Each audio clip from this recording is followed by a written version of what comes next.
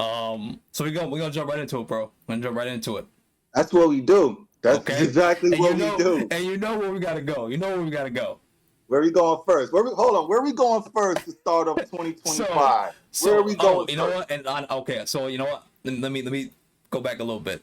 On a more serious note, JJ Reddick's one of his homes was lost in that California wildfire.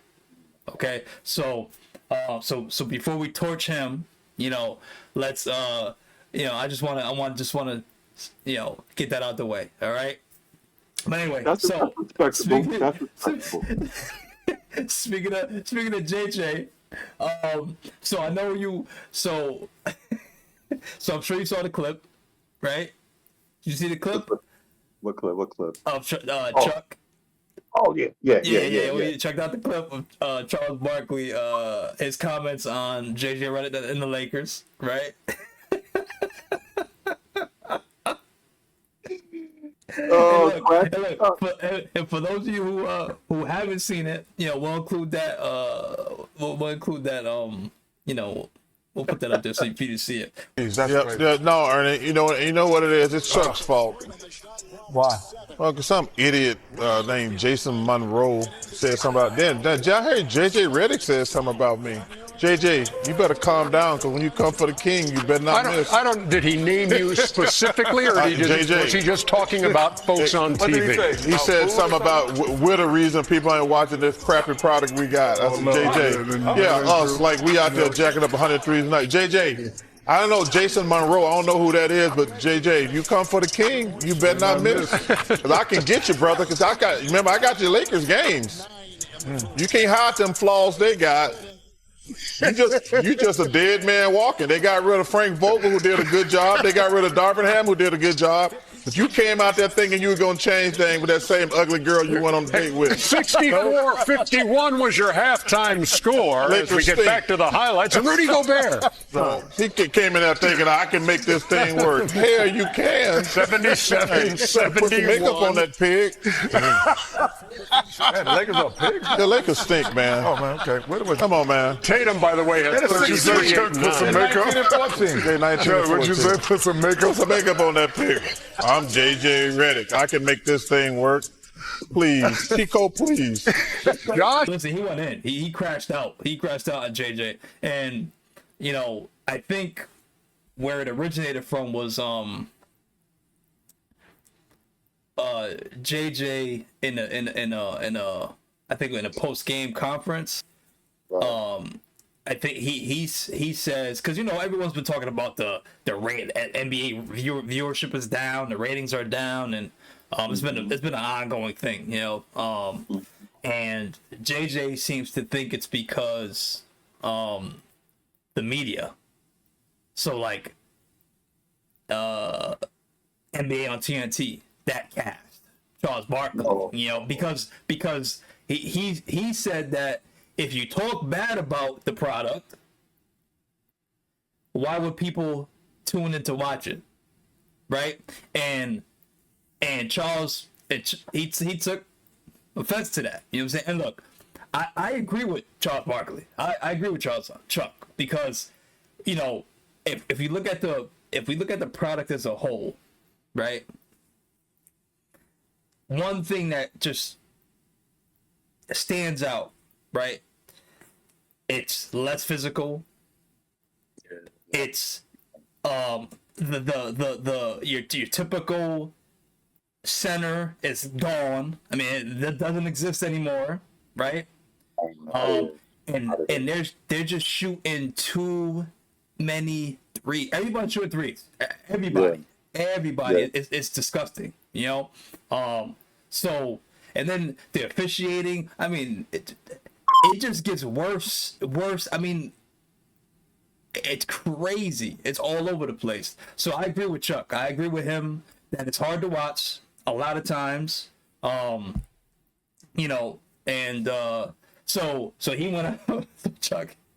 So he went out after he heard that, and he said, "Look, the Lakers, you and the Lakers stink. You're trash. I mean, it's not. We're not the problem. Your team is the problem. And what he said. He said they lack athletic ability, which they do, right? They're just not a good team. They're just not good. They're not good. They haven't been good for the last, I don't know. In my opinion, since they won the bubble championship. So, basically Chuck just said, look, JJ, be careful. Don't you thought you was gonna go in there and things were gonna be different, right? And I mean, look, now to be fair, which I normally am not, right?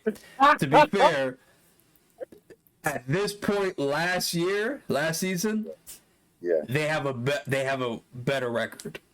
They did. What? Not. What was it? A lot or just five game? Yeah. I think at this point last year they were 500.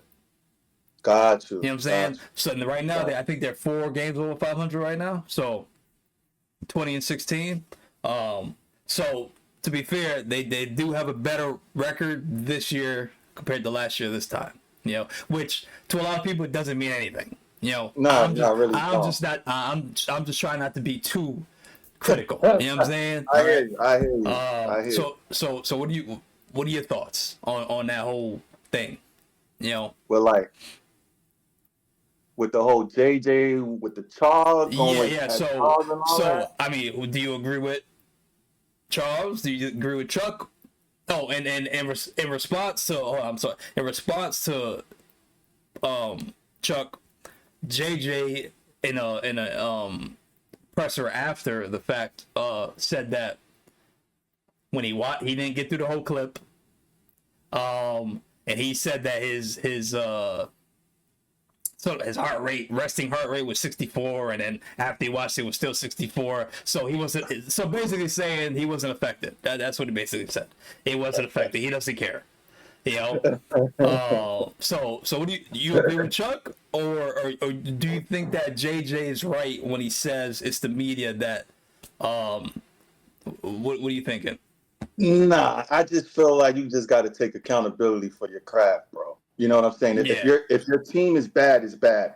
Like they lost to a team without two of their best players. You know what I'm saying? So again, JJ was always going to be on a hot seat just because this is his first time. You know what I'm saying? Yep. So the magnifying glass was always going to be on JJ. So you got to have tough skin regardless. You know what I'm saying? But as far as them saying that if they talking bad about the product, it's going to diminish it. I mean, again, if you're a loyal fan to something, you're going to watch it regardless of what anybody got to say. You know what I'm saying? So regardless of what Charles and I'm saying, you're always going to have your own interpretation of what draws you to what you're watching. And like I said, they're just not that good. Don't get me wrong. They started off, 4-0, something like that. They started off under. You know what I'm saying? I think they were like 7. I think they were like 7-1 or 7-2. You know, yeah. But the thing was, it was looking like the Lakers done kind of struck gold. Like JJ Reddick and the Lakers is about to shut a lot of people up that question the coaching move. But come to find out, he finding it like, nah, this is real in the NBA. Yeah. You know what I'm saying? It's real. A lot different when you win it. And the thing about this, bro, is like I feel like it's only going to get worse.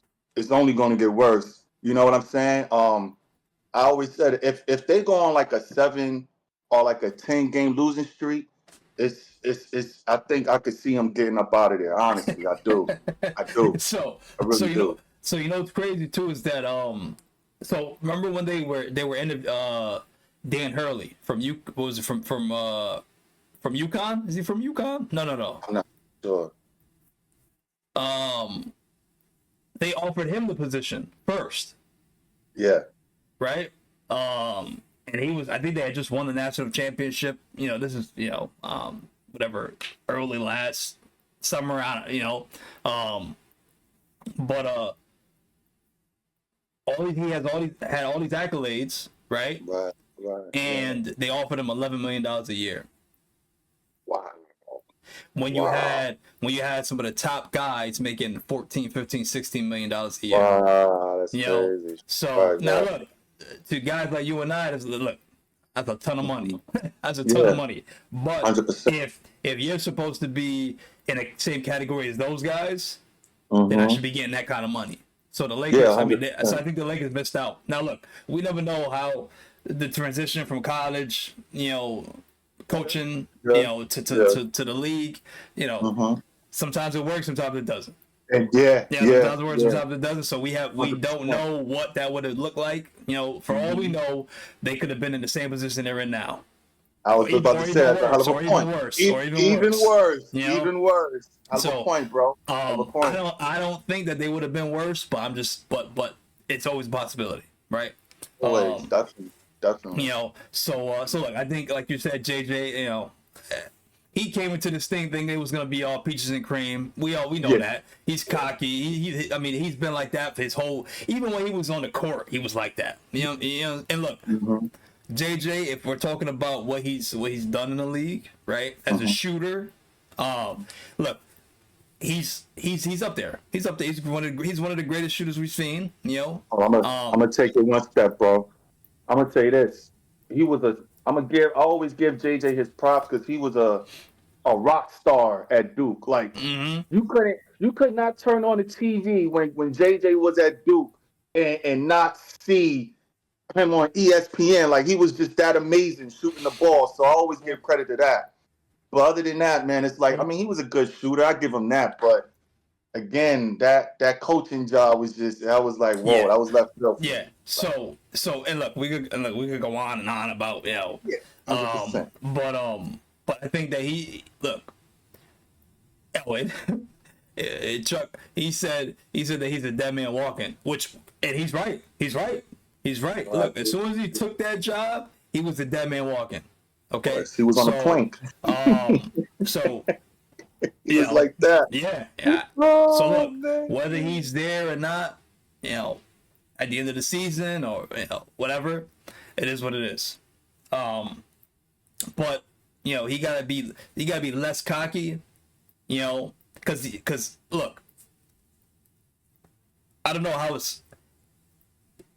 they made it seem like with that whole him and Brown with that whole podcast, it made it seem like he knew what he was talking about, like he was some genius basketball mind. We haven't seen that yet. So we'll see what happens.